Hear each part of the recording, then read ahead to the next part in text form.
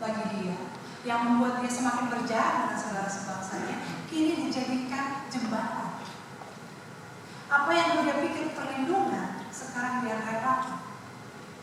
Dan yang kedua, saudara-saudara, Sakeus berkata begini, dan sekiranya ada yang kuperas, akan kembalikan 4 kali lipat. Lalu kemudian kita berpikir, Sakeus kaya karena dia tukang peras. Padahal dia katakan, sekiranya ada yang kuperas. Hukum Taurat mengatakan kalau saudara memeras, mengambil sesuatu yang bukan haknya, saudara harus mengembalikan 1,2 atau 1,5 kali lipat. Dengan mengatakan akan kembalikan 4 kali lipat, sebetulnya Sakeus bilang, buktikan kalau aku pernah memeras orang, aku tidak bersalah. Bagaimana Sakeus bisa memeras? Tubuhnya kecil, siapa yang takut diperas oleh Sakeus? Sakeus bukan pemungut cukai biasa. Dia adalah kepala pemungut cukai. Dan orang Romawi, sang penjajah, memang maunya pintar. Mereka pintar, maunya gampang. Mereka menjual tender kepada orang-orang Yahudi supaya punya izin untuk memungut cukai selama setahun ke depan. Supaya orang Romawi terima pendapatan yang murah, tidak usah pusing urusan lagi. Maka Sakeus, dia harus kaya dulu sebelum bisa jadi kepala pemungut cukai. Dia harus punya modal dulu untuk bisa diserahkan ke penjajah supaya dia bisa memungut cukai. Dan ngomong-ngomong, kalau Sakeus tidak mau jadi pemungut cukai, memangnya pemerintah Romawi akan berhenti? Akan ada yang lain. Sakeus adalah korban sistem. Saudara-saudara, tentu dia tidak sepenuhnya tidak berdosa. Betul, dia mengkompromikan nasionalisme, dia mengkompromikan bela rasanya kepada saudara-saudara sebangsa. Tapi dia perlu sesuatu untuk mengamankan diri. Dan di sini kita lihat perjumpaan Sakeus dengan Yesus bukan sekadar soal pertobatan yang tadinya memperkaya diri sendiri, sekarang mau bermurah hati, tapi juga memberikan dia keberanian untuk bersuara di ruang publik. Banyak orang Kristen yang merasa diri sebagai minoritas memilih untuk diam ketika mengalami ketidakadilan. Sudahlah, diam saja. Bicara malah makin banyak perkara. Ya sudahlah, ngalah saja. Biar Tuhan yang batas. Tapi perjumpaan Sakeus dengan Yesus memberikan dia keberanian untuk bersuara. Sekiranya ada yang kuperas, buktikan akan kukembalikan 4 kali. Saudara, tidak bisa tidak kalau hari ini saya harus bicara soal Ahok, Bapak Basuki Cahayapurnama. Karena dia adalah Sakeus yang sudah mengalami perjumpaan dengan Yesus. Dia adalah Sakeus yang sudah memberikan apa yang dimiliki untuk berbagi dengan orang yang membutuhkan. Dan dia juga adalah orang yang sudah bersuara di ruang publik, tidak takut dengan status minoritasnya yang ganda karena Cina dan juga Kristen. Dia adalah Sakeus yang bersuara, baik dalam kepemimpinannya maupun dalam persidangan yang harus dijalani. Tapi saya tidak mau bicara hanya soal saya mau bicara tentang apa yang terjadi kemudian adalah suara itu dibungkam. Dan seakan-akan ditunjukkan kepada kita itu, lihatlah kalau minoritas mau banyak bersuara.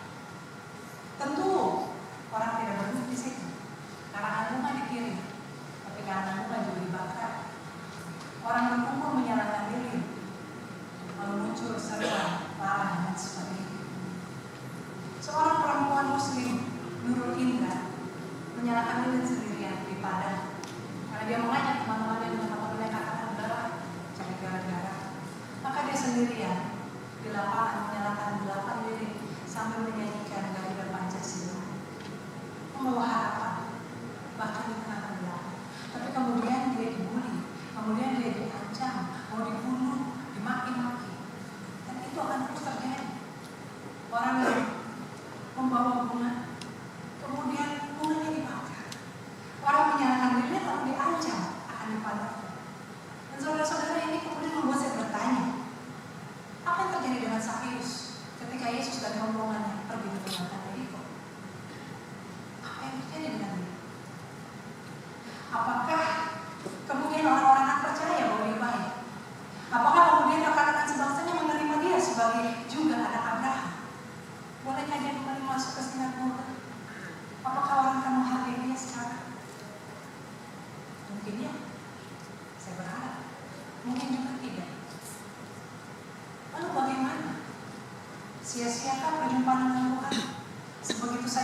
perjalanan iman kita. Ketika perjuangan untuk kebenaran, keadilan di tengah bangsa ini satu persatu dilawan, dipadamkan, dan dinisah. Namun untuk saudara-saudara baca Alkitab kita hari ini bukan hanya dari Injil Lukas.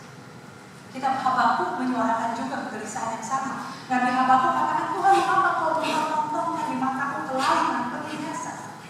Mengapa keadilan diputarbalikkan karena orang benar dikepung oleh orang fasik? Tapi Tuhan katakan, aku memberi kau penglihatan. Nantikanlah itu. Nantikanlah karena ia sungguh-sungguh akan datang. Keadilan itu akan sungguh-sungguh datang. Nantikanlah. Perjuangkan. Mazmur juga berkata, Tuhan ajarkan kepadaku keadilan karena aku tidak mengerti. Bantu aku supaya mengerti apa maksud dan rencanamu supaya aku hidup. Dan surat Tesalonika katakan, apapun yang terjadi, tetap kerjakan apa yang baik sebagai perbuatan iman.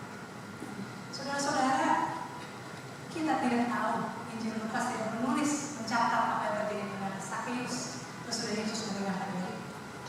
Tapi kalau kita adalah Sakeus zaman sekarang, kita bisa meneruskan menulis Injil itu. Kita bisa terus memperjuangkan keadilan. Kita bisa terus membawa kedamaian. Kita bisa terus membawa pengharapan di tengah bangsa Indonesia. Saat ini saya mengundang saudara-saudara untuk bersama-sama berdiri. Kita akan melakukan aksi simbolis sebagai bagian dari bangsa Indonesia. Kita mau menyanyikan lagu Indonesia Pusaka. Saudara-saudara boleh berdiri di tempat, boleh berdiri di tempat. Boleh juga maju ke depan. Kita bersama menyanyikan lagu Indonesia Pusaka.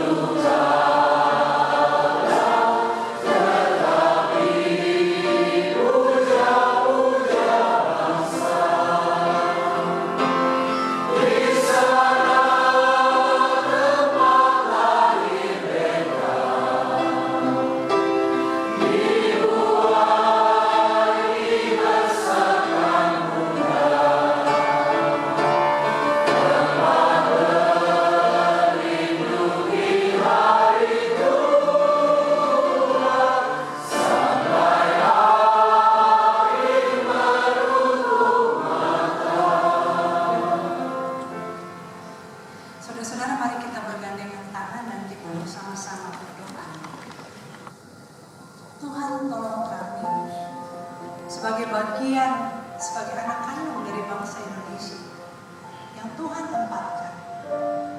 Biarlah kami boleh terus memperjuangkan keadilan. Biarlah iman kami memberikan